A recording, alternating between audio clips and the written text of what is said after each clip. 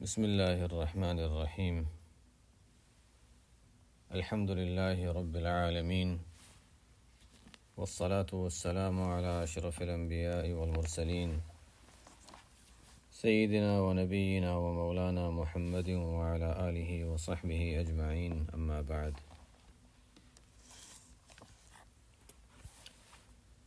باب اکرام اہل بیت رسول اللہ صلی اللہ علیہ وسلم۔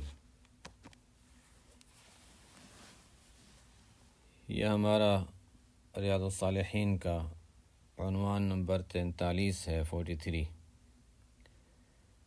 گزشتہ ابواب میں ہم نے والدین کی فرما برداری، رشتہ داروں کے ساتھ حسن سلوک کا تذکرہ پڑھا، پھر والدین کی نافرمانی، رشتہ داروں کے ساتھ اچھا سلوک نہ کرنے کے بارے میں جو وعید ہے اس کا تذکرہ بھی پڑھ لیا۔ پھر یہ بھی پڑھا کہ والدین اور رشتہ داروں کے متعلقین کے ساتھ بھی اچھا سلوک کیا جائے۔ گزشتہ ہفتے اس بارے میں ہم نے روایات پڑھی تھیں۔ اب یہ عنوان ہے کہ جس طرح ہم اپنے خاندان والے، اپنے بڑے رشتے کے لحاظ سے جو بڑے ہیں اور ہمارے رشتہ داروں کے، ہمارے بڑوں کے متعلقین، ان کے ساتھ اچھا سلوک کرنے کی جس طرح تاکید ہے، تو اسی طرح بلکہ اس سے بڑھ کر نبی کریم صلی اللہ علیہ وسلم کے گھرانے، آپ کے خاندان والے جو ہیں، ان کے ساتھ بھی اعزاز و اکرام کا معاملہ کیا جائے، ان کے ساتھ اچھا سلوک کیا جائے، اس بارے میں عنوان قائم کیا ہے۔ باب اکرام اہل بیت رسول اللہ صلی اللہ علیہ وسلم۔ نبی کریم صلی اللہ علیہ وسلم کے جو اہل بیت ہیں، ان کا اکرام، ان کا اعزاز، ان کا احترام کرنے کا بیان، و بیان فضلہم، اور ان کے فضائل کا بیان۔ اس میں کوئی شک نہیں کہ ایک مسلمان کے لیے نبی کریم صلی اللہ علیہ وسلم کی محبت ایمان کا ایک جز ہے، ایمان کا حصہ ہے۔ آپ صلی اللہ علیہ وسلم کی محبت کم از کم درجے میں ہو تو ایمان ہے، اعلیٰ درجے کی ہو تو ایمان کامل ہے۔ لا يؤمن احدكم حتى اكون احب الیہ من والدہ وولدہ والناس اجمعین۔ تم میں سے کسی کا ایمان کامل نہیں ہو سکتا جب تک، آپ صلی اللہ علیہ وسلم نے فرمایا کہ میری محبت والد، اولاد اور تمام لوگوں سے زیادہ نہ ہو۔ آپ صلی اللہ علیہ وسلم کی محبت ہوگی تو آپ صلی اللہ علیہ وسلم سے جن چیزوں کا جوڑ ہوگا اس سے محبت ہوگی۔ آپ کے طریقوں کی محبت ہوگی، سنتوں کی محبت ہوگی۔ آپ صلی اللہ علیہ وسلم سے جس چیز کا کوئی تعلق ہوگا اس سے محبت ہوگی۔ ہمیں پتہ چل جائے کہ آپ صلی اللہ علیہ وسلم کا بال مبارک کہیں ہے، اس بال سے ہمیں محبت ہوگی، اس لیے کہ نسبت آپ صلی اللہ علیہ وسلم کی طرف کی گئی ہے۔ جہاں پتہ چلتا ہے کہ کسی میوزیم میں آپ صلی اللہ علیہ وسلم کا لباس یا آپ کا لباس جس کپڑے میں تھا وہ کپڑا رکھا ہوا ہے، ہمیں اس سے تعلق ہوتا ہے، محبت ہوتی ہے۔ ہم چاہتے ہیں احتراماً، ہم اس کا احترام کرتے ہیں کہ اچھا یہ بھی ایک قابل احترام چیز ہے۔ یہ سب چیزیں ایمان کی علامت ہیں۔ بہرحال آگے عنوان میں جو باتیں آئیں گی ہم اس کو پڑھیں گے۔ یہاں پر امام نووی رحمۃ اللہ علیہ نے یہ عنوان قائم فرمایا۔ آگے آیت، جیسے عام طریقہ ہے کہ قرآن کی آیت پیش فرماتے ہیں، حدیث پیش فرماتے ہیں۔ قال اللہ تعالی، اللہ تعالیٰ کا ارشاد ہے، انما یرید اللہ لیذہب عنکم الرجس اہل البیت ویطہرکم تطہیرا۔ یہ سورہ احزاب کی آیت ہے، تفسیر میں ہم اسے پڑھ چکے ہیں، لیکن یہاں کی مناسبت سے یہاں بھی اس کا مختصر تذکرہ کر لیتے ہیں۔ اللہ تعالیٰ کا ارشاد ہے کہ اللہ تعالیٰ یہ چاہتا ہے کہ دور رکھے تم سے گندگی کو، اے اہل بیت، اور تمہیں ہر طرح کی برائیوں سے پاک صاف رکھے۔ اب یہاں پر اہل بیت سے کون مراد ہے؟ ظاہر ہے کہ اس آیت میں اہل بیت کی فضیلت بیان کی گئی ہے، اور مقصد بھی آیت کا آپ صلی اللہ علیہ وسلم، چونکہ یہ سورہ احزاب جو ہے یہ آپ صلی اللہ علیہ وسلم کی عند اللہ مقبولیت وغیرہ کے متعلق اس میں تفصیلات ملتی ہیں، اور آپ صلی اللہ علیہ وسلم کے علو و مقام وغیرہ کے اس صورت میں ذکر کیا گیا ہے، تو آپ کے خاندان والے جو ہیں ان کا بھی تذکرہ یہاں اس صورت میں ہے، جس میں آیا کہ انما یرید اللہ لیذھب عنکم الرجس اہل البیت ویطہرکم تطہیرا۔ اب اس میں اہل بیت سے کون مراد ہیں؟ حضرت عبداللہ ابن عباس رضی اللہ تعالی عنہما تو فرماتے ہیں کہ اہل بیت سے مراد اس آیت میں، اور عام جب اہل بیت کا لفظ استعمال ہوتا ہے تو اس سے مراد، اور خاص طور پہ اس آیت میں وہ فرماتے ہیں کہ ازواج مطہرات مراد ہیں۔ کیوں؟ مختلف وجوہات میں سے ایک وجہ یہ ہے کہ ماقبل کی آیات میں ازواج مطہرات کا ذکر ہے، اس کے بعد والی آیات میں بھی ازواج مطہرات کا ذکر ہے، تو یہ درمیان میں ایک جملہ آ گیا، آیت کا ایک حصہ آ گیا، تو اس میں بھی ازواج مطہرات ہی مراد ہونی چاہیے۔ جو قرآن کریم کے حافظ ہیں، حافظات ہیں، ان کو تو پتہ ہے پیچھے بھی تذکرہ چل رہا ہے، آگے بھی تذکرہ چل رہا ہے۔ وَمَن يَقْنُتْ مِنكُنَّ لِلَّهِ وَرَسُولِهِ وَتَعْمَلْ صَالِحًا نُؤْتِهَا أَجْرَهَا مَرَّتَيْنِ وَأَعْتَدْنَا لَهَا رِزْقًا كَرِيمًا یا نساء النبی لستن كأحد من النساء۔ ازواج مطہرات کا تذکرہ چل رہا ہے، بعد میں بھی ازواج مطہرات کا تذکرہ چل رہا ہے، تو آیت کا یہ حصہ جو ہے اس میں بھی اہل بیت سے مراد ازواج مطہرات ہیں۔ یہ عبداللہ ابن عباس رضی اللہ تعالیٰ عنہما کی رائے ہے۔ بعض دوسرے مفسرین ان کی رائے یہ ہے کہ اس آیت میں اہل بیت سے ازواج مطہرات بھی مراد ہیں اور دوسرے بھی مراد ہیں۔ مسلم شریف کی روایت ہے، ایک مرتبہ نبی کریم صلی اللہ علیہ وسلم سیاہ بالوں کی بنی ہوئی ایک چادر تھی، وہ اوڑھے ہوئے تھے۔ حضرت فاطمہ رضی اللہ تعالی عنہ آپ صلی اللہ علیہ وسلم کے پاس حاضر ہوئیں، تو آپ صلی اللہ علیہ وسلم نے اس چادر میں حضرت فاطمہ رضی اللہ عنہ کو لے لیا۔ حضرت علی رضی اللہ عنہ حاضر ہوئے، ان کو بھی اس چادر میں لے لیا۔ حضرت حسن و حسین رضی اللہ عنہ حاضر ہوئے، ان کو بھی چادر میں لے لیا۔ پھر آپ صلی اللہ علیہ وسلم نے فرمایا یہ میرے اہل بیت ہیں۔ ظاہر ہے کہ وہ اہل بیت ہیں، تو اس لیے یہ بات صحیح ہے کہ آپ صلی اللہ علیہ وسلم کے اہل بیت وہ بھی ہیں، حضرت علی، فاطمہ، حسن و حسین رضی اللہ عنہما بھی ہیں، اور ظاہر ہے کہ ازواج مطہرات تو ہیں۔ قرآن کریم میں بھی جب اہل البیت کہا جاتا ہے تو اس سے مراد بیوی ہیں، ازواج ہیں۔ رحمت اللہ وبرکاتہ علیکم اہل البیت، غالباً آیت کے یہی اسی طرح، لیکن اہل البیت کا لفظ ابراہیم علیہ السلام کی اہلیہ کے لیے استعمال ہوا۔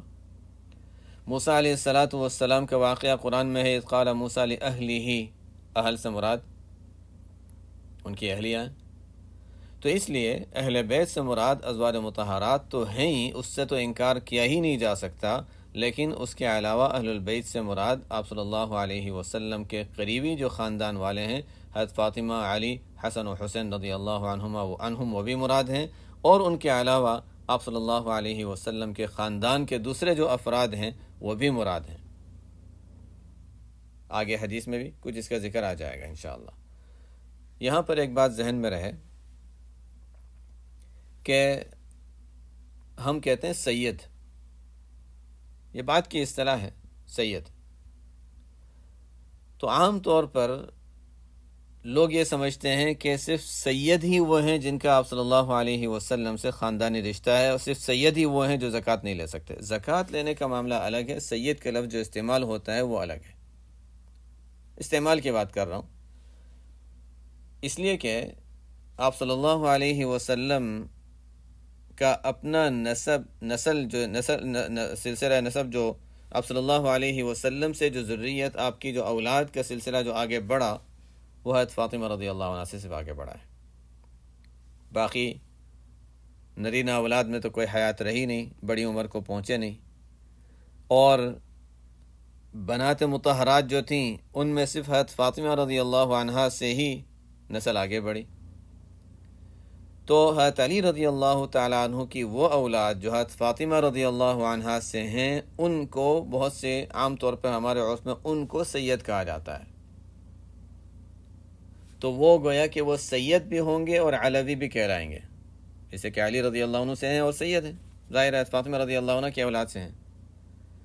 لیکن حضور صلی اللہ علیہ وسلم کے گھرانے والے اہل بیت اور وہ جن کے لیے زکوٰۃ لینا جائز نہیں ہے وہ صرف حضرت فاطمہ رضی اللہ عنہ کی اولاد نہیں ہے، بلکہ حضرت علی رضی اللہ تعالیٰ عنہ کی اولاد چاہے فاطمہ رضی اللہ عنہ سے ہو یا کسی اور سے ہو، اور بھی ان کے نکاح ہوئے تھے بعد میں حضرت فاطمہ رضی اللہ عنہ کے بعد، تو اوروں سے ہو۔ اسی طرح حضرت علی رضی اللہ عنہ کے بھائی جعفر ہیں رضی اللہ عنہ، عقیل ہیں، ان سے جو اولاد آگے بڑھی وہ بھی، ان کے لیے بھی زکوٰۃ لینا درست نہیں ہے۔ اسی طرح حضرت عباس رضی اللہ تعالیٰ عنہ سے جو نسل آگے بڑھا، نسل آگے چلی، ان کی اولاد ہیں عبداللہ ابن عباس وغیرہ، وہ سلسلہ آگے بڑھا، تو یہ سب بھی وہی اسی حکم میں آتے ہیں کہ زکوٰۃ لینا ان کے لیے درست نہیں ہے، چاہے ان کو سید کہا جاتا ہو یا نہ کہا جاتا ہو، بہرحال ان کے لیے بھی زکوٰۃ لینا درست نہیں ہے۔ تو حضور صلی اللہ علیہ وسلم کے خاندان کے افراد جو ہیں ان کے لیے زکوٰۃ لینا درست نہیں، وہ سب اہل بیت میں آ جاتے ہیں۔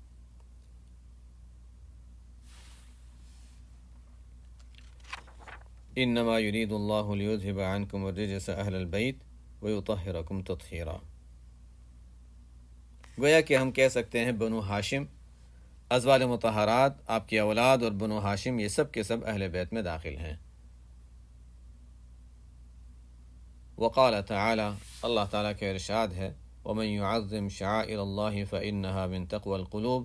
یہ آیت پہلے بھی آ چکی ہے، یہاں کی مناسبت سے، اس سے کہ شعائر اللہ کے لفظ میں بہت عموم ہے، تو اللہ تعالیٰ فرماتے ہیں کہ جو شخص اللہ تعالیٰ کے شعائر کی تعظیم کرے گا تو یہ شعائر کی تعظیم کرنا یہ دلوں کے تقوی کی بات ہے۔ فإنها من تقوى القلوب، اب اس میں تفسیر کے اعتبار سے ہم زیادہ تفصیلات میں نہیں جاتے، بس اتنا ہے کہ یہاں شعائر اللہ سے، شعائر اللہ جب کہا جاتا ہے تو وہ چیز جو اللہ کی طرف منسوب ہو اور قابل احترام ہو، نشانی، شعائر نشانی، اللہ تعالیٰ کی نشانی، اور نشانیوں میں سب سے بڑی نشانی جو اللہ تعالیٰ نے ہمارے لیے بھیجی ہے وہ آپ صلی اللہ علیہ وسلم ہے، جو اللہ تعالیٰ کی بڑی نشانی ہے ہمارے لیے۔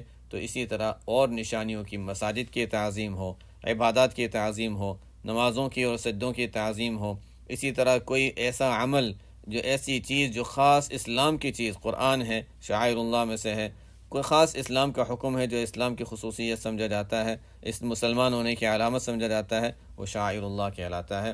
تو ظاہر ہے کہ آپ صلی اللہ علیہ وسلم بھی شعائر میں سے ایک، اللہ کی نشانیوں میں سے ایک بڑی نشانی ہے۔ تو آپ صلی اللہ علیہ وسلم کا ادب، آپ کا احترام، آپ کی تعظیم، یہ بھی دین کا حصہ ہے۔ جب آپ صلی اللہ علیہ وسلم کی تعظیم اور ادب و احترام ہوگا تو آپ کے خاندان والوں کی بھی تعظیم، ادب و احترام ہوگا، یہ بھی دین کا ایک حصہ ہے۔ آگے احادیث پہ جاتے ہیں، کیونکہ احادیث میں ایک طویل بحث ہے، اس لیے میں چاہ رہا تھا کہ زیادہ تفصیلات آیات میں نہ کریں، ہم آگے حدیث پر کچھ بات کر لیں گے، اور وہاں پر بھی پوری تفصیل میں تو ہم نہیں جا سکتے، لیکن جو ضروری بات ہے وہ کر لیں گے انشاءاللہ۔ حدیث بہت سو نے سنی ہوگی، بہت سو نے پوری حدیث نہیں تو اس کا عنوان سنا ہوگا، غدیر خم، بہت مشہور ہے غدیر خم کی حدیث، من کنت مولاہ فعلی مولاہ والی حدیث۔ اس لیے چونکہ مسئلہ اہم ہے، نازک ہے، اس پر ہم مزید بات کرتے ہیں، پہلے حدیث پڑھ لیتے ہیں۔ وعن یزید بن حیان قال انطلقت انا وحسین بن سبرة وعمر بن مسلم الى زید بن ارقم رضی اللہ تعالی عنہ فلما جلسنا إليه قال له حسين لقد لقيت يا زيد خيرا كثيرا رأيت رسول الله صلى الله عليه وسلم وسمعت حديثه وغزوت معه وصليت خلفه لقد لقيت يا زيد خيرا كثيرا۔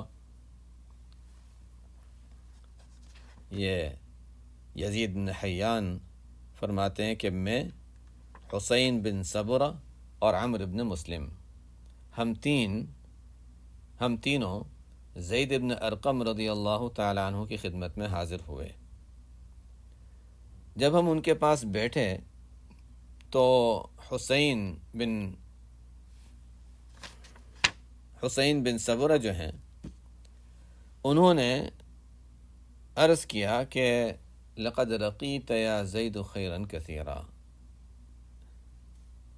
آپ نے تو بہت ساری خیر حاصل کی ہے، اللہ تعالیٰ نے آپ کو بڑی فضیلتیں، بڑی خیر کی چیزیں عطا فرمائی ہیں، یعنی رأیت رسول اللہ صلی اللہ علیہ وسلم، آپ نے حضور اقدس صلی اللہ علیہ وسلم کی زیارت کی اپنی آنکھوں سے، آپ کو تو یہ بڑا شرف حاصل ہے، اور آپ صلی اللہ علیہ وسلم کی حدیثیں آپ نے سنی ہیں، اور آپ صلی اللہ علیہ وسلم کے ساتھ غزوے میں آپ تشریف لے گئے ہیں، اور صلیت خلفہ، نبی کریم صلی اللہ علیہ وسلم کے پیچھے آپ نے نمازیں پڑھی ہیں، لقد لقیت یا زید خیرا کثیرا، آپ کو تو بہت ساری خیر حاصل ہوئی ہے۔ جب یہی بات ہے تو حدثنا یا زید ما سمعت من رسول اللہ صلی اللہ علیہ وسلم، ہمارے سامنے بھی بعض وہ باتیں بیان کیجئے جو آپ صلی اللہ علیہ وسلم سے آپ نے سنی ہیں، کچھ تو بیان کیجئے آپ صلی اللہ علیہ وسلم کی احادیث، آپ تو بڑے صاحب فضیلت ہیں، اللہ نے آپ کو بڑی خوبیاں عطا فرمائی ہیں۔ تو زید بن ارقم رضی اللہ تعالیٰ عنہ بوڑھے ہو چکے تھے، فرماتے ہیں یہ ابن اخی واللہ لقد کبرت سنی وقدم عہدی ونسیت بعض الذی کنت اعی من رسول اللہ صلی اللہ علیہ وسلم۔ تو زید بن ارقم رضی اللہ تعالیٰ عنہ فرمانے لگے کہ بھتیجے، اس سے پہلے بھی آ چکا ہے، معروف ہے کہ بڑوں کو چچا، چھوٹوں کو بھتیجا، عرب میں عام دستور تھا۔ تو زید بن ارقم رضی اللہ تعالیٰ عنہ فرمانے لگے کہ بھتیجے، اللہ کی قسم میری عمر بھی بڑی ہو گئی، اب میری عمر زیادہ ہو گئی، یعنی بوڑھا ہو چکا ہوں، میں بوڑھا ہو چکا ہوں، اور آپ صلی اللہ علیہ وسلم کے ساتھ گزرا ہوا جو دور تھا وہ بھی پرانا ہو گیا، ایک زمانہ گزر گیا کہ آپ صلی اللہ علیہ وسلم کی صحبت میں رہا کرتا تھا، اب تو ایک زمانہ گزر گیا، اور بہت سی وہ باتیں جو مجھے آپ صلی اللہ علیہ وسلم کی یاد تھیں اب وہ بھول بھی چکا ہوں، تو اس لیے فما حدثتکم فاقبلوا، جو میں بیان کر دوں یادداشت سے تو اس کو قبول کر لو، اسی پر کفایت کر لو، وما لا فلا تکلفونی، اور جو باتیں میں از خود بیان نہیں کرتا تو مجھ پر دباؤ نہ ڈالو، مجھے اس سے زیادہ کا مکلف نہ کرو، اس لیے کہ مجھے زیادہ یاد بھی نہیں رہتا۔ ثم قال، پھر فرمایا، اب ایک حدیث بیان فرمائی جو یاد تھی، کیا فرمایا؟ قام رسول اللہ صلی اللہ علیہ وسلم یوما فینا خطیبا بماء یدعا خما بین مکہ والمدینہ، نبی کریم صلی اللہ علیہ وسلم ایک روز ہمارے درمیان وعظ کے لیے کھڑے ہوئے، ایسے پانی کے چشمے کے پاس جسے خم کہا جاتا ہے، چشمہ تھا، پانی تھا، اور وہاں کچھ حوض کی شکل میں پانی جمع تھا، تالاب کہا جاتا ہے، غدیر کہا جاتا ہے، غدیر اور تالاب، اور عربی میں غدیر، خم، اس کا نام خم تھا، غدیر خم، یہی ہے حدیث، غدیر خم کی حدیث۔ یہ مکہ مکرمہ اور مدینہ منورہ کے درمیان کا علاقہ ہے، جحفہ کے قریب یہ جگہ آتی ہے، جو لوگ واقف ہیں وہ جانتے ہیں جحفہ، اہل شام کی میقات وہیں متعین ہے جحفہ،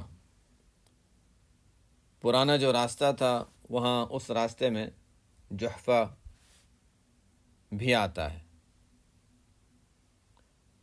اب تو نیا راستہ بن گیا، لیکن پرانا جو راستہ تھا مکہ مدینہ کا تو وہاں پر جحفہ راستے میں آتا تھا، اس کے قریب یہ جگہ ہے خم، جہاں پر یہ واقعہ پیش آیا جو بہت مشہور ہوا، اور اس کو بہت اس میں غلط فہمیاں بھی لوگوں میں پھیلائی گئیں، ہوئی تو نہیں، غلط فہمیاں پھیلائی گئیں۔ یہ کب کی بات ہے؟ آپ صلی اللہ علیہ وسلم حجۃ الوداع سے فارغ ہو گئے، حجۃ الوداع سے فارغ ہو گئے، اور آپ صلی اللہ علیہ وسلم کی وفات کا وقت قریب ہے، دین مکمل ہو چکا ہے۔ اس موقع پر آپ صلی اللہ علیہ وسلم جب حج سے فارغ ہو کر واپس تشریف لے جا رہے تھے، اور مکہ مکرمہ مدینہ منورہ کے درمیان، مدینہ منورہ سے نکلے تھے، راستے میں تھے، مدینہ منورہ، مکہ مکرمہ سے نکلے تھے، راستے میں تھے، مدینہ منورہ تشریف لے جا رہے تھے، تو اس مقام پر پہنچے، ایک واقعہ پیش آیا جس کی بنا پر آپ صلی اللہ علیہ وسلم نے یہ حدیث بیان فرمائی۔ پہلے میں اس واقعے کو بتا دیتا ہوں، مختصر۔ ہوا یہ تھا کہ جو مختلف تاریخی روایات وغیرہ کو سامنے رکھتے ہوئے جو واقعہ لکھا ہے محدثین نے، شراح نے، ہوا یہ تھا کہ حضرت علی رضی اللہ تعالیٰ عنہ کو آپ صلی اللہ علیہ وسلم نے خمس وصول کرنے کے لیے بھیجا تھا۔ ایک ایک چیز کی اگر وضاحت کریں گے تو ظاہر ہے بہت تفصیل ہو جائے گی۔ میں یہ بتانا چاہ رہا ہوں کہ اصل واقعے کی حقیقت کیا تھی، بس وہ باقی مسائل کی تفصیلات مقصد نہیں ہے۔ تو آپ صلی اللہ علیہ وسلم کو حضرت علی رضی اللہ تعالیٰ عنہ نے مال غنیمت میں سے خمس نکالا جاتا تھا، پانچواں حصہ، وہ وصول کرنے کے لیے بھیجا۔ کون سے لشکر میں؟ اس لشکر کے ذمہ دار خالد بن ولید رضی اللہ عنہ تھے، اور اسی لشکر میں حضرت بریدہ رضی اللہ تعالیٰ عنہ بھی شامل تھے۔ اب حضرت علی رضی اللہ تعالیٰ عنہ نے جب خمس وصول کر لیا تو خمس وصول کرنے کے بعد اس مال غنیمت یعنی اس خمس میں سے حضرت علی رضی اللہ تعالیٰ عنہ نے ایک باندی اپنے لیے رکھ لی۔ غلام باندیوں کو تقسیم کیا جاتا تھا، علی رضی اللہ تعالیٰ عنہ نے ایک باندی اپنے لیے رکھ لی۔ حضرت بریدہ اسلمی رضی اللہ تعالیٰ عنہ کو اس پر اشکال ہوا کہ اچھا آئے تھے آپ صلی اللہ علیہ وسلم کے حکم سے وصول کرنے کے لیے، اور آپ صلی اللہ علیہ وسلم کو دینے سے پہلے خود اپنے حصے میں کچھ رکھ رہے ہیں۔ انہوں نے شکایت کی لشکر کے جو امیر تھے حضرت خالد بن ولید رضی اللہ عنہ ان سے۔ خالد بن ولید رضی اللہ تعالیٰ عنہ کہ آپ صلی اللہ علیہ وسلم کا تذکرہ کر دو۔ تو بریدہ رضی اللہ تعالیٰ عنہ نے، بریدہ اسلمی رضی اللہ تعالیٰ عنہ نے اس واقعے کا تذکرہ آپ صلی اللہ علیہ وسلم کے سامنے فرمایا۔ نبی کریم صلی اللہ علیہ وسلم نے ارشاد فرمایا کہ بریدہ، تمہارے دل میں ان کے متعلق، علی رضی اللہ عنہ کے بارے میں تمہارے دل میں کچھ کدورت ہے، یعنی جیسی محبت اور تعلق ایک ہونا چاہیے وہ نہیں ہے، اور دل صاف نہیں ہے، ایسی بات ہے؟ انہوں نے عرض کیا کہ جی ہاں یا رسول اللہ۔ طالب تو وہی ہوتا ہے نا جو اپنی پوری بات بتا دے، گول مول نہیں، صاف بات، ہاں جی ہاں یا رسول اللہ، ایسا ہی ہے۔ نبی کریم صلی اللہ علیہ وسلم نے ارشاد فرمایا، بریدہ، انہوں نے جو مال غنیمت کا جو خمس لیا تھا اور اس میں سے جو اپنے لیے ایک باندی رکھ لی، اس میں سے بہت کئی گنا زیادہ ان کا حق بنتا ہے، انہوں نے تو بہت تھوڑا سا لیا ہے، اس سے زیادہ لینا چاہتے تب بھی شرعاً ان کو اس کی اجازت ہے۔ اس لیے تمہیں ان کے بارے میں دل میں کوئی کدورت نہیں رکھنی چاہیے، انہوں نے کوئی غلط کام نہیں کیا۔ بس ٹھیک ہے، ختم ہو گئی بات، دل صاف ہو گیا۔ ان حضرات کے یہاں تو یہی تھا، بس بات صاف کر لی اور دل صاف کر لیا، ختم ہو گیا۔ ایک چھوٹی سی چیز کی وہ بڑے بڑے درخت نہیں بنیاد بنایا کرتے تھے، ہم لوگوں کے یہاں ہوتا ہے چھوٹی سی چیز ہوتی ہے، ہم اس کے بیج بو لیتے ہیں، تھوڑی سی کدورت آ گئی، وہ بڑھ کے اتنا بڑا ہو جاتا ہے کہ پتہ نہیں غیروں کو بھی اس پر شرم آتی ہے کہ یہ کیسی حرکتیں کر رہے ہیں۔ خیر، وہاں تو یہ تھا کہ اچھا بات صاف کر لی، ختم ہو گیا، معاملہ ختم ہو گیا۔ اس کے بعد آپ صلی اللہ علیہ وسلم نے یہ خطبہ ارشاد فرمایا۔ یہ وہ مقام تھا جہاں پانی تھا، تالاب تھا، چشمے کا پانی جمع ہو رہا تھا، غدیر، اور وہاں اس کو خم کہا جاتا تھا، تو غدیر خم کے نام سے۔ اب آگے ہم وہ پڑھتے ہیں کہ آپ صلی اللہ علیہ وسلم نے اس موقع پر کیا فرمایا۔ فحمد اللہ واثنى علیہ ووعظ وذکر ثم قال، آپ صلی اللہ علیہ وسلم نے اللہ تعالیٰ کی حمد و ثنا بیان فرمائی، لوگوں کو نصیحتیں کی، کچھ وعظ اور نصیحت کی باتیں فرمائی، ثم قال، پھر فرمایا، اما بعد الا ایھا الناس فانما انا بشر، فرمایا کہ دیکھو حمد و ثنا کے بعد میں ایک بات کہتا ہوں کہ اے لوگو اچھی طرح سن لو، فانما انا بشر، میں تو انسان ہی ہوں، اور وما جعلنا لبشر من قبلک الخلد، قرآن میں ہے کوئی بھی انسان ہمیشہ نہیں رہا، ہر ایک کو مرنا ہے۔ فانما انا بشر، میں تو انسان ہی ہوں۔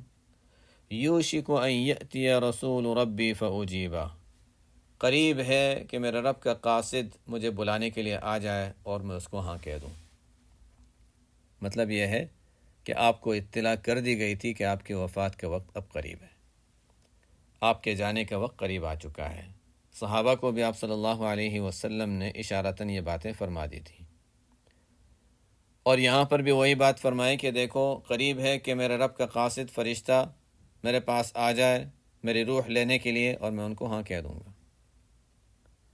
وَأَنَا تَارِكٌ فِيكُمْ ثَقَلَيْنِ أَوَّلُهُمَا كِتَابُ اللَّهِ فِيهِ الْهُدَى وَالنُّورُ فَخُذُوا بِكِتَابِ اللَّهِ وَاسْتَمْسِكُوا بِهِ فَحَثَّ عَلَى كِتَابِ اللَّهِ وَرَغَّبَ فِيهِ۔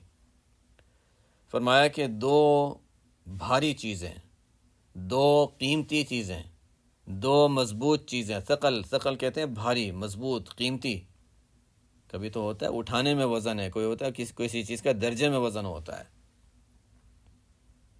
اٹھانے میں وزن تو یہ دنیاوی چیز ہے، لیکن درجے کے لحاظ سے وزن، اِنَّا سَنُلْقِي عَلَيْكَ قَوْلًا ثَقِيلًا، یہ قرآن پورا کا پورا ثقیل ہے، بہت قیمتی چیز ہے۔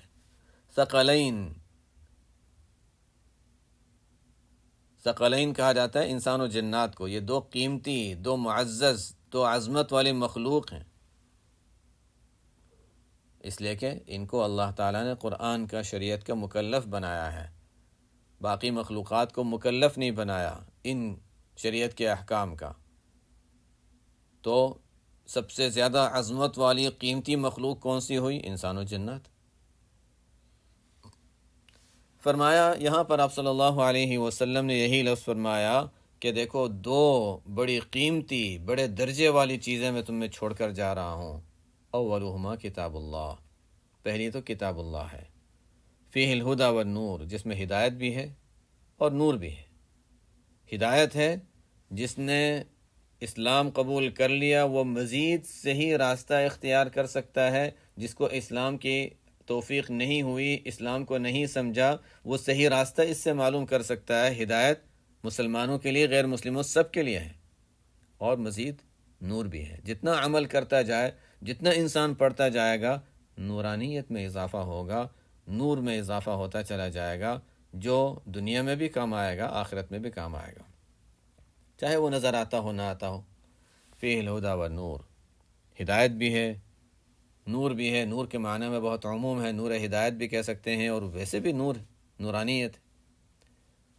جب نور آتا ہے تو ظلمت ختم ہو جاتی ہے۔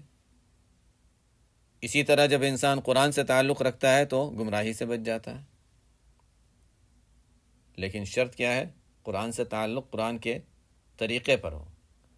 لوگ اب کیا ہو رہا ہے، عجیب بات ہے، لوگ اس طرح کی چیزوں کو استعمال کرتے ہیں کہ قرآن سے تعلق، لیکن بڑوں پر اعتماد ختم کر کے، اپنے معنی بیان کر کے۔ وہ مقصد قرآن نے تو پہلے ہی کہہ دیا، شروع میں کہہ دیا تھا کہ صراط القرآن نہیں، صراط الذین انعمت علیہم، یہ ہدایت ہے۔ تو انعمت علیہم کے طریقے پر چل کر اگر قرآن کو سمجھے گا اور ان کے بیان کیے ہوئے تفسیر کے مطابق قرآن پر عمل کرے گا تو ہدایت ہے، ورنہ ہدایت نہیں ہے، پھر تو غلط راستہ ہے۔ جو معنی سمجھ میں آگے وہ لے لیے۔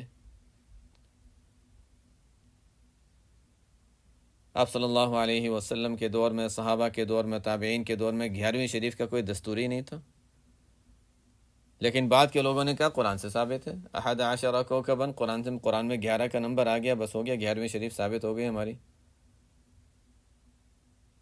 یہ تو ایسے ایک مثال دے رہا ہوں، ورنہ لوگوں نے بڑے عجیب عجیب باتیں قرآن میں سے ہی ثابت کرنے کی کوشش کی ہے۔ خیر، فخذوا بکتاب اللہ، فرمایا کتاب اللہ کو مضبوطی سے پکڑو، واستمسکوا بہ، کتاب اللہ کو لے لو اور اسے مضبوطی سے پکڑو۔ فحث علی کتاب اللہ، قرآن کتاب اللہ کے بارے میں آپ نے ترغیب دی، ابھارا، ترغیب دی۔ ورغب فیہ، مطلب یہ ہے کہ قرآن کے بارے میں کچھ تاکیدیں، قرآن کی اہمیت، قرآن کے ساتھ تعلق، ان چیزوں کی اہمیت آپ نے بیان فرمائی۔ ثم قال، دوسری بات فرمائی، وَأَهْلُ بَيْتِي، اور میرے گھرانے کے لوگ۔ باب ثابت ہو گیا۔ اذکرکم اللہ فی اہل بیتی، اذکرکم اللہ فی اہل بیتی، میں تمہیں یاد دہانی کراتا ہوں اہل بیت کے سلسلے میں، خیال رکھنا۔ اذکرکم اللہ فی اہل بیتی،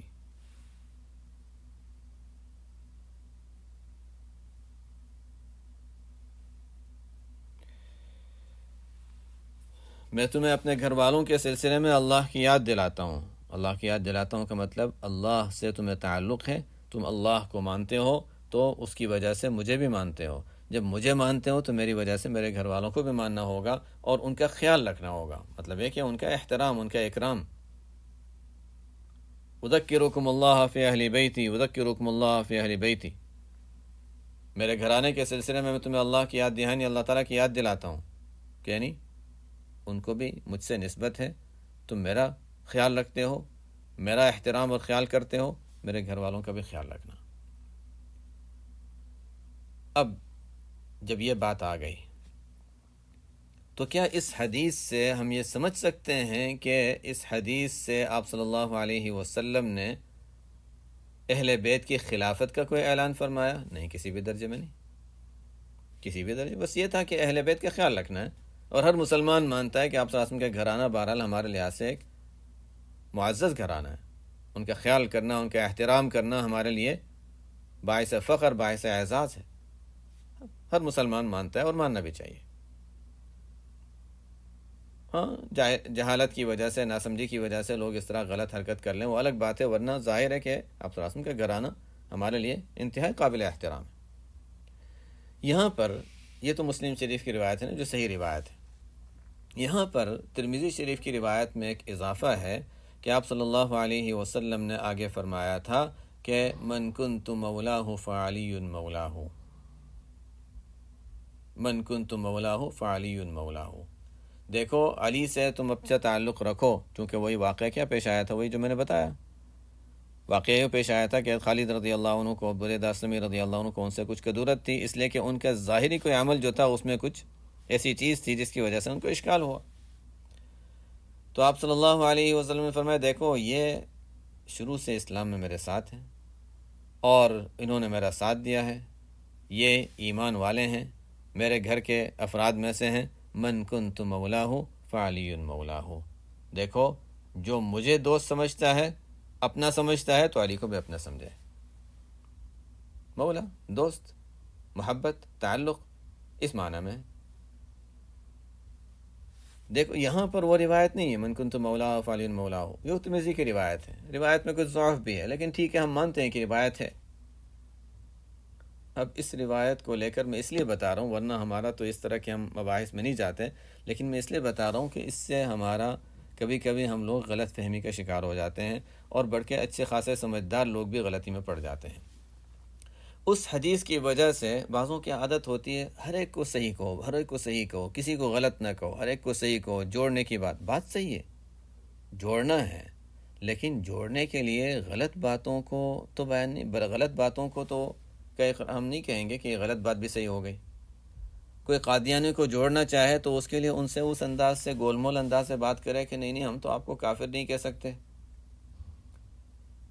تو ظاہر ہے کسی کی غلط چیز غلط ہی ہوتی ہے. ہاں ٹھیک ہے، ان کو قریب کرنے کے لیے اچھے اخلاق کا معاملہ کریں، ان کو قریب کریں، دین کی باتیں سمجھائیں، اچھے انداز سے سمجھائیں.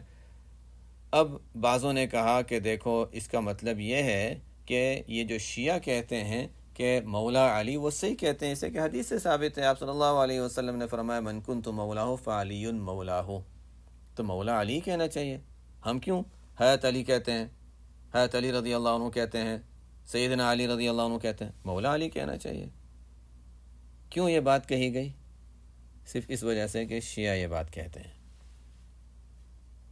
چاہے بیچارے نے، جنہوں نے کہا ہوگا غلط فہمی ہوئی ہوگی، میں تو صرف سمجھانا چاہ رہا ہوں. حقیقت یہ ہے، جنہوں نے کہا کسی پر الزام نہیں ہے، لیکن حقیقت یہ ہے. کیوں؟ اس لیے کہ آپ صلی اللہ علیہ وسلم کا جو ارشاد ہے من کنت مولاہ فعلی مولاہ، میں جس کا مولا علی اس کا مولا. تو ہمیں کہنا کیا چاہیے؟ مولا محمد.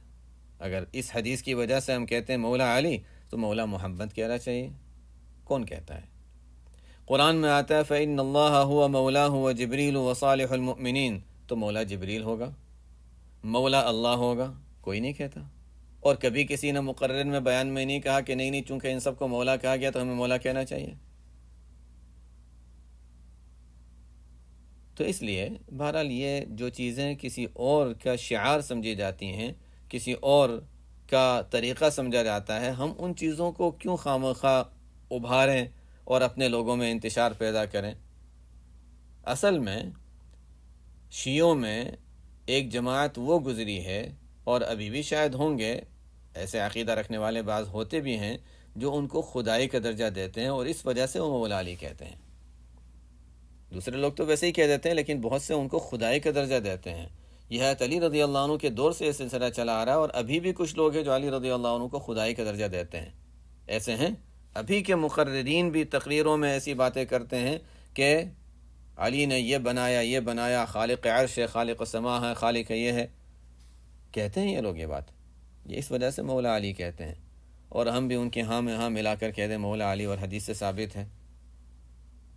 ٹھیک ہے، معنی کے لحاظ سے چاہے بہت غلط معنی نہ ہوتے، لیکن اگر حدیث سے ثابت ہے تو مولا محمد، مولا علی، مولا ابو بکر، مولا عمر، مولا جبریل، مولا اللہ، یہ سب باتیں ہوں، لیکن یہ لفظ کوئی استعمال نہیں کرتا۔ یہ تو یہ شیعہ استعمال کرتے ہیں اس وجہ سے کہ وہ ان کو خدائی کا درجہ دیتے ہیں، اور دوسرے لوگ خدائی کا درجہ نہیں تو بہرحال بہت اونچا مقام، انبیاء سے بڑھ کر مقام دیتے ہیں، تو انبیاء سے بڑھ کر جب مقام دیتے ہیں تو مولا کا لفظ استعمال کر لیتے ہیں۔ خیر، آگے چلتے ہیں۔ تو آپ صلی اللہ علیہ وسلم نے جب یہ بات فرمائی، سید بن ارقم رضی اللہ تعالیٰ عنہ نے یہ حدیث بیان فرمائی، تو ان سے جو پوچھنے والے تھے حسین بن صبرہ، انہوں نے عرض کیا ومن اہل بیتہ یا زید، زید بن ارقم رضی اللہ عنہ سے پوچھا کہ آپ صلی اللہ علیہ وسلم کے اہل بیت کون ہیں؟ الیس نساؤہ من اہل بیتہ، کیا آپ صلی اللہ علیہ وسلم کے ازواج مطہرات اہل بیت میں سے نہیں ہیں؟ قال نساؤہ من اہل بیتہ، تو زید بن ارقم رضی اللہ عنہ نے فرمایا کہ ہاں ہاں، یہ بات تو بالکل صحیح ہے کہ آپ صلی اللہ علیہ وسلم کے ازواج مطہرات آپ کے اہل بیت میں سے ہیں۔ وَلَكِنْ أَهْلُ بَيْتِهِ مَنْ حُرِمَ الصَّدَقَةَ بَعْدَهُ، لیکن اہل بیت کے عموم میں وہ تمام لوگ بھی آ جاتے ہیں جن کے لیے صدقہ اور زکوٰۃ لینا منع ہے، جن کے لیے زکوٰۃ لینا حرام ہے۔ قال، تو حسین بن صبرہ نے پوچھا ومن ہم، اور وہ کون لوگ ہیں؟ قال، تو زید بن ارقم رضی اللہ عنہ نے فرمایا ہم آل علی و آل عقیل و آل جعفر و آل عباس، حضرت علی رضی اللہ عنہ کی آل، چاہے فاطمہ رضی اللہ عنہ سے ہو یا نہ ہو، سب آل علی، آل عقیل، علی رضی اللہ عنہ کے بھائی عقیل بن ابی طالب، آل جعفر، یہ بھی ان کے بھائی ہیں، یہ ابو طالب کے تینوں بیٹے، اور آل عباس، یہ سب کے سب وہ ہیں۔ قال کل ہؤلاء حرم الصدقہ، انہوں نے پوچھا کہ یہ سب ہیں جن کے لیے صدقہ حرام ہے؟ قال نعم، ہاں، سب کے لیے صدقہ لینا، یعنی زکوٰۃ لینا حرام ہے، اور یہ سب کے سب اہل بیت میں آ جاتے ہیں۔ روایت واضح ہے، لیکن اس سے یہ سمجھنا کہ آپ صلی اللہ علیہ وسلم نے، شیعوں نے یہ کہا، ایک تو مولا علی کا لفظ یہاں سے نکال لیا، پھر انہوں نے یہ کہا کہ دیکھو آپ صلی اللہ علیہ، حالانکہ وہ ہماری حدیثوں کو نہیں مانتے، ہمارے صحابہ کو وہ نہیں مانتے، ہم جن کو صحابی مانتے ہیں ان کو صحابی نہیں مانتے، وہ تو ان کو کافر کہتے ہیں، پھر بھی ان کے مطلب کی کوئی بات مل جاتی ہے تو یہاں سے لے لیتے ہیں۔ تو ان کا کہنا یہ ہے کہ یہاں پر آپ صلی اللہ علیہ وسلم نے صاف صاف علی رضی اللہ عنہ کے لیے خلافت کا اعلان کر دیا تھا، من کنت مولاہ فعلی مولاہ، خلیفہ یہ بنیں گے میرے بعد، اہل بیت کے بارے کا خیال رکھو تو خلیفہ وہ بنیں گے۔ لیکن یہ حدیث آپ صلی اللہ علیہ وسلم نے جب بیان فرمائی تو اس وقت صحابہ کا بڑا مجمع موجود تھا جنہوں نے یہ حدیث سنی ہے، حجۃ الوداع کے بعد کی بات ہے، تو بڑا مجمع تھا جنہوں نے یہ بات سنی ہے۔ اگر یہ حدیث سننے والے، اتنا بڑا مجمع آپ صلی اللہ علیہ وسلم کی یہ بات سننے والا موجود تھا، تو پھر آپ صلی اللہ علیہ وسلم کی وفات کے بعد ان کو مشورہ کرنے کی ضرورت کیوں پیش آئی کہ خلیفہ کون بنے؟ کیوں مہاجرین کا اور انصار کا اور پھر مل کر آپس میں مشورہ ہوا کہ کون خلیفہ بنے؟ اور کیوں اس وقت کسی نے یہ حدیث پیش نہیں کی کہ من کنت مولاہ فعلی مولاہ، تو علی رضی اللہ عنہ ہونے چاہیے؟ کسی نے یہ بات پیش نہیں کی۔ اس کا مطلب ہے کہ صحابہ میں سے کسی نے تو یہ بات نہیں سمجھی تھی، ہم یہ کہیں گے۔ اچھا، اس وقت حضرت علی اور عباس خود بھی تو ان کو پتہ ہے نا کہ آپ صلی اللہ علیہ وسلم نے یہ بات فرمائی تھی۔ خود حضرت علی رضی اللہ تعالی عنہ سے عباس رضی اللہ عنہ نے، جب آپ صلی اللہ علیہ وسلم کی اخیری بیماری کا سلسلہ شروع ہوا تھا، تو عباس رضی اللہ عنہ نے علی رضی اللہ عنہ سے یہ کہا کہ چلو دیکھو آپ صلی اللہ علیہ وسلم کا ویسا معلوم ہوتا ہے کہ وقت اخیر آ چکا ہے، اشارات سے بھی، اور میں خاندان کی باتوں کو جانتا ہوں، تو اس سے مجھے اندازہ یہ ہے کہ آپ کا آخری وقت اب قریب ہے، تو ایسا کرتے ہیں کہ ہم آپ صلی اللہ علیہ وسلم سے معلوم کر لیتے ہیں کہ آپ کے بعد یہ خلافت کا معاملہ، آپ کے بعد یہ نظام سنبھالنے کا سلسلہ وہ کہاں جائے گا، کون سنبھالے گا۔ اگر ہم میں سے کسی کو دیتے ہیں تب تو ٹھیک ہے، اور اگر ہم میں سے کسی کو نہیں دیتے، ہم مانگ تو نہیں رہے، ہم میں سے کسی کو نہیں دیتے تو کم از کم آپ صلی اللہ علیہ وسلم سے یہ تو عرض کریں گے کہ کم از کم ہم خاندان والوں کا خیال رکھیں، جو بھی حاکم بنے وہ ہمارا خیال رکھیں۔ حضرت علی رضی اللہ تعالیٰ عنہ نے فرمایا بالکل نہیں، میں تو نہیں چاہتا، تمہیں جانا ہو تو جا کر بات کر لو، میں تو جا کر آپ صلی اللہ علیہ وسلم سے یہ بات نہیں کرتا۔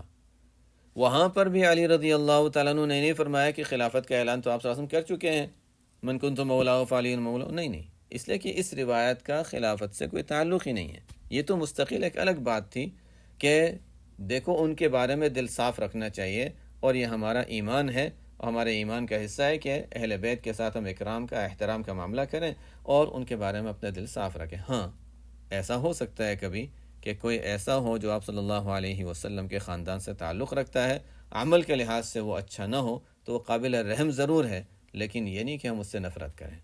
اس کا عمل درست نہیں ہوگا، اس عمل سے تو نفرت کی جائے گی، اس شخص سے نفرت نہیں کی جائے گی، اس لیے کہ بچہ جب گندگی میں ہوتا ہے تو ماں اس کو اس سے نفرت کر کے چھوڑ نہیں دیتی، اٹھا کر اس کو صاف کرنے کی کوشش کرتی ہے۔ تو اس لیے عمل الگ چیز ہے، عمل کے لیے شریعت ہے، لیکن آپ صلی اللہ علیہ وسلم کے گھرانے کے لوگ وہ قابل احترام ہیں۔ آگے وفی روایتن الا و انی تارکم فیکم ثقلین، ایک روایت میں آپ صلی اللہ علیہ وسلم نے فرمایا، سن لو، میں دو مضبوط، دو بھاری، دو قیمتی چیزیں تم میں چھوڑ کر جا رہا ہوں۔ احدہما کتاب اللہ وہو حبل اللہ، ایک اللہ کی کتاب ہے اور وہ اللہ کی رسی ہے، مضبوط رسی ہے، جو اس کو پکڑ لے تو جیسے انسان ڈوب رہا ہو اور کشتی میں سے رسی آ رہی ہے، اس کو پکڑ لے بس ٹھیک ہے، حفاظت ہو گئی۔ وہو حبل اللہ من اتبعہ کان علی الہدی، جو اس کی اتباع کرے گا کتاب اللہ کی تو وہ ہدایت پر ہوگا، ومن ترکہ کان علی ضلالہ، اور جو کتاب اللہ کو چھوڑ دے گا تو وہ گمراہی میں پڑ جائے گا۔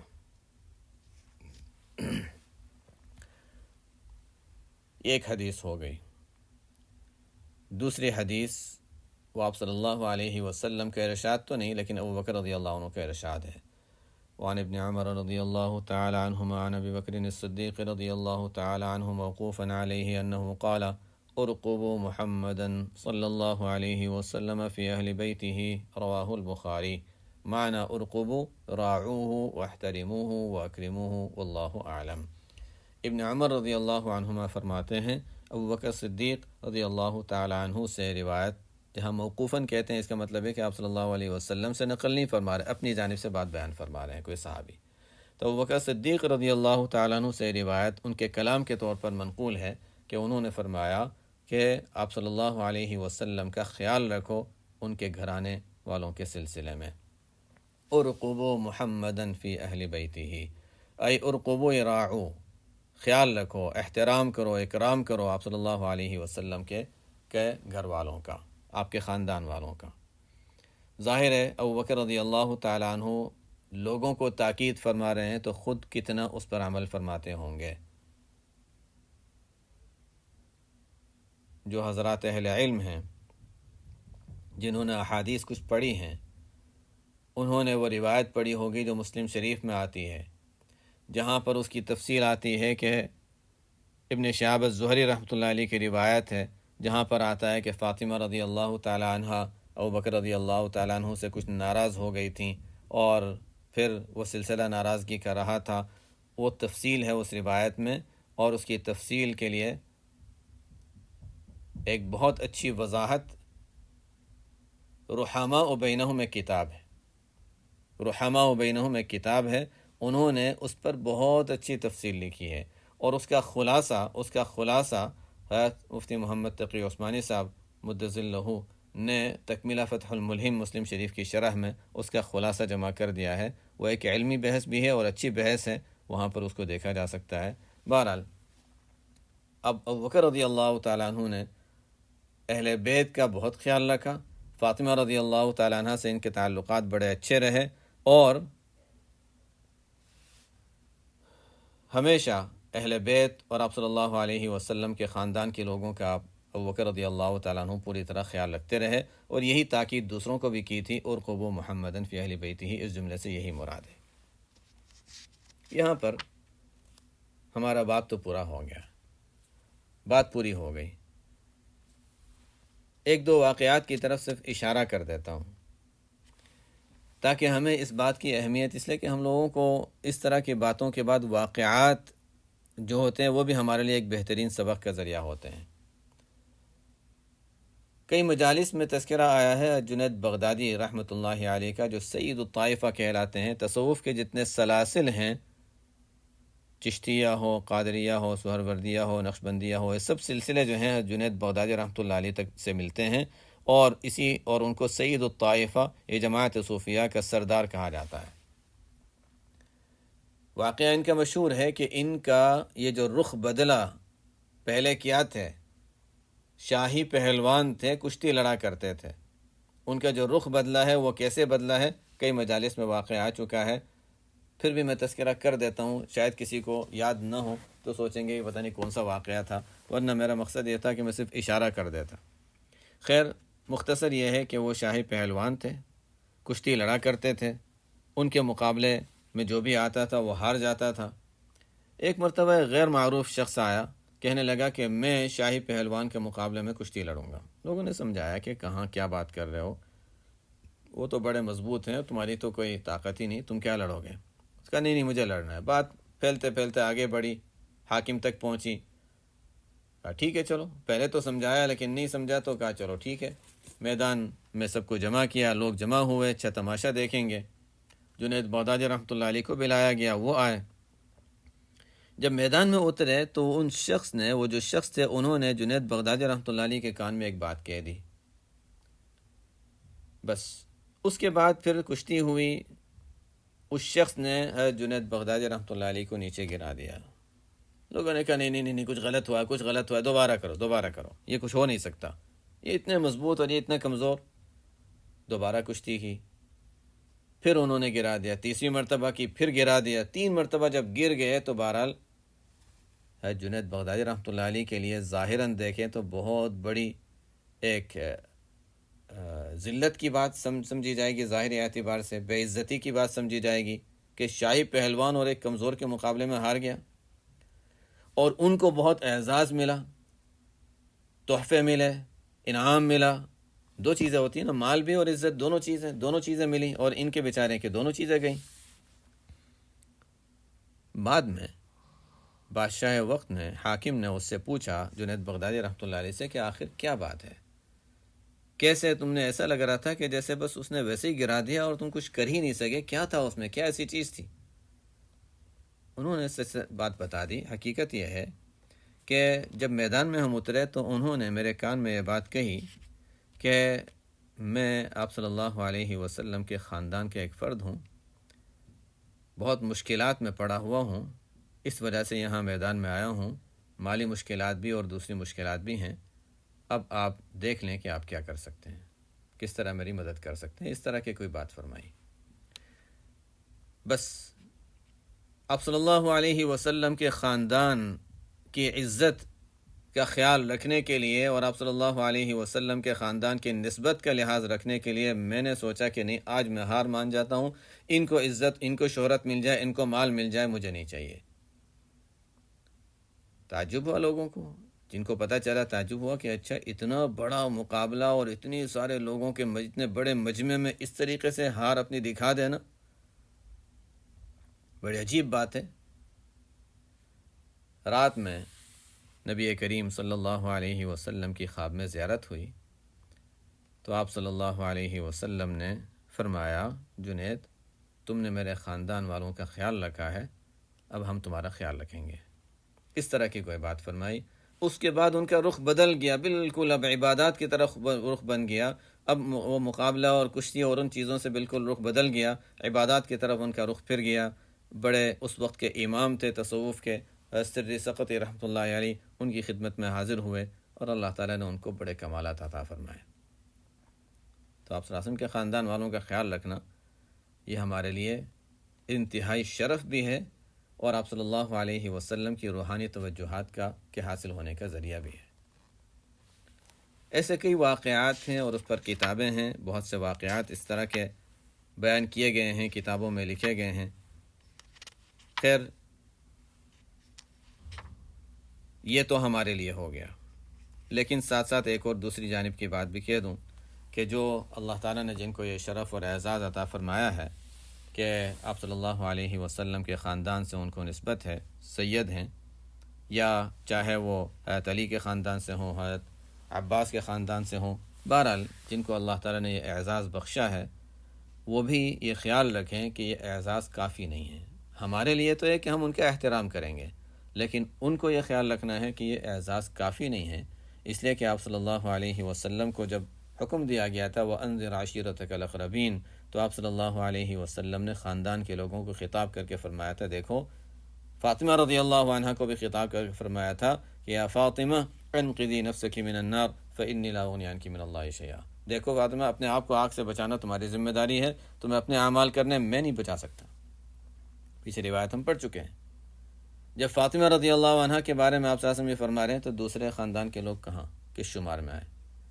اپنا عمل خود کرنا ہے، لیکن بہرحال اگر کوئی آپ صلی اللہ علیہ وسلم کے خاندان سے بھی تعلق رکھتا ہے، اعمال میں بھی اچھا ہے، تو پھر کہہ سکتے ہیں نور علی نور، اللہ تعالیٰ نے اس کو خوبیوں پر خوبیاں عطا فرمائی ہیں، لیکن عمل اصل ہے، خاندان اصل نہیں ہے۔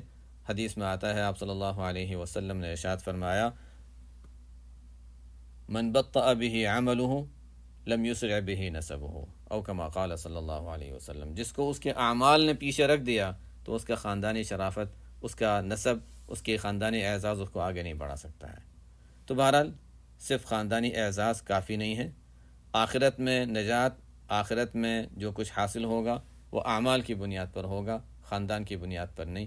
تو اس لیے ان کو اپنے اعمال کا خیال رکھنا ہے، اور ہم لوگوں کو جو سید خاندان سے یا آپ صلی اللہ علیہ وسلم کے خاندان سے تعلق نہیں رکھتے، ہمیں اس خاندان کا احترام، خاندان والوں کا احترام اور ادب، ان چیزوں کا خیال رکھنا ہے۔